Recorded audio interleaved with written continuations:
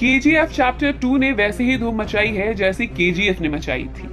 Fans बेसब्री से इंतजार कर रहे थे ताकि वो जान सके कि सदियों पुरानी उस सोने की खदान का असली मालिक आखिर कौन बनेगा। अगर आप सोच रहे हैं कि फिल्म के पात्रों की तरह या फिर कहानी की तरह वो सोने की खदान भी काल्पनिक है, तो जरा रुकिए, ये खदान असली है। जी हाँ दोस्तों, हैरान करने वाली बात यह है कि 121 सालों तक यहाँ से सोना निकला और निकलता ही रहा। केजीएफ यानी कोलार गोल्ड फील्ड्स कर्नाटक के दक्षिण पूर्व इलाके में है और बैंगलोर चेन्नई एक्सप्रेसवे पर 100 किलोमीटर दूर केजीएफ टाउनशिप है। यह जगह कई मायनों में खास है। 1871 में जब भारत अंग्रेजों का गुलाम था, तब ब्रिटिश सैनिक माइकल फिट्जरोज लेवली ने बैंगलोर में अपना घर बनवाया। वे अधिकांश समय किताबों और आर्टिकल के बीच गुजारते थे। उन्हें भारत के इतिहास में भी काफी रुचि थी।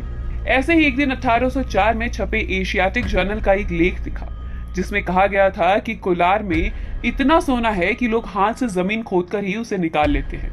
1799 में श्रीरंगपट्टनम की लड़ाई में अंग्रेजों ने टीपू सुल्तान को मारने के बाद कोलार और आसपास के इलाकों पर अपना कब्जा जमा लिया था। बाद में यह जमीन मैसूर राज्य को दे दी गई, पर कोलार को शासकों ने अपने हिस्से में ही रखा। वो जानते थे कि वहां सोना है। असल में चोल साम्राज्य में लोग जमीन को हाथ से खोदकर ही सोना निकालते थे। ब्रिटिश सरकार की लेफ्टिनेंट जॉन वॉरेन ने वहां सोने का पता देने वालों को इनाम तक देने की घोषणा कर रखी थी, जिसके बाद कोलार गांव में बैलगाड़ी में सवार होकर कुछ ग्रामीण वॉरेन के पास पहुंचे। जब उन्होंने वॉरेन के सामने अपनी बैलगाड़ी के पहिए को साफ किया तो उसकी मिट्टी में से सोने के अंश निकले। लंबे पड़ताल के बाद समझ आया कि कोलार के लोग जिस तरीके से हाथ से खोद कर सोना निकालते हैं, उससे 56 किलो मिट्टी से गूंज भर सोना निकाला जा सकता था। इसके बाद 1804 से 1860 के बीच अंग्रेजों ने काफी कोशिश की कि जमीन से सोना निकाला जा सके। इस काम में ग्रामीणों को लगाया गया। कईयों की जान तक चली गई, पर कुछ खास हासिल नहीं हुआ। लेवली को यह जानकारी रोचक लगी और उसने एक बार फिर सोने की तलाश शुरू की। 1873 में लेवली ने मैसूर के राजा से कोलार में खुदाई की अनुमति ले ली और काम शुरू हुआ। लेवली को वहां 20 साल तक खुदाई की अनुमति मिली, जिसमें शुरू के 2 साल तो केवल मजदूर जमा करने में ही लग गए। 1875 में साइट पर काम शुरू हुआ और सोने की खेप निकली। सोना निकालने वाले मजदूर भी हैरान थे कि वो इतने सालों तक सोने के भंडार पर जी रहे थे और उन्हें खबर तक नहीं थी। केजीएफ के खदानों में 24 घंटे काम चलता था।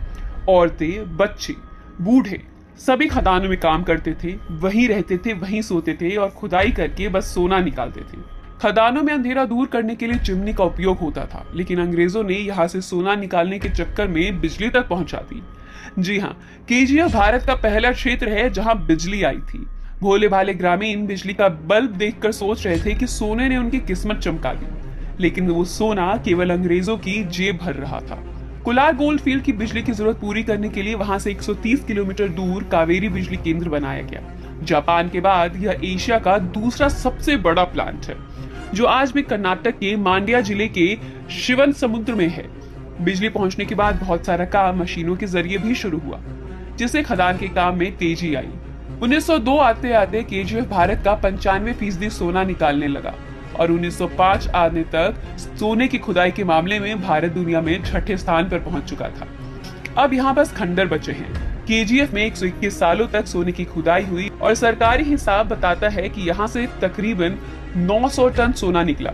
हो सकता है कि ये हमारी सोच से और भी ज्यादा हो, लेकिन 2016 में एक बार फिर केजीएफ को जिंदा करने के लिए नीलामी की प्रक्रिया पर बात हुई, पर अभी बस बात हुई है। सरकार का मानना है कि यहाँ और भी सोना हो सकता है।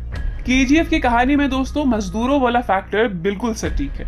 वो अंग्रेजों के गुलाम रहे और फिर आजाद भारत में बने खदान के ठेकेदारों के। वो सोना खोदते थे, पर उनका जीवन अंधेरों में ही गुजरा। कोलार के खंडर होती खदानों में बहुत से मजदूरों की लाशें दफन है, जो सोने की तलाश में गए तो सही, लेकिन कभी लौट ना सके। आप देख रहे हैं सनराइज चैनल, एहसास बदलाव का।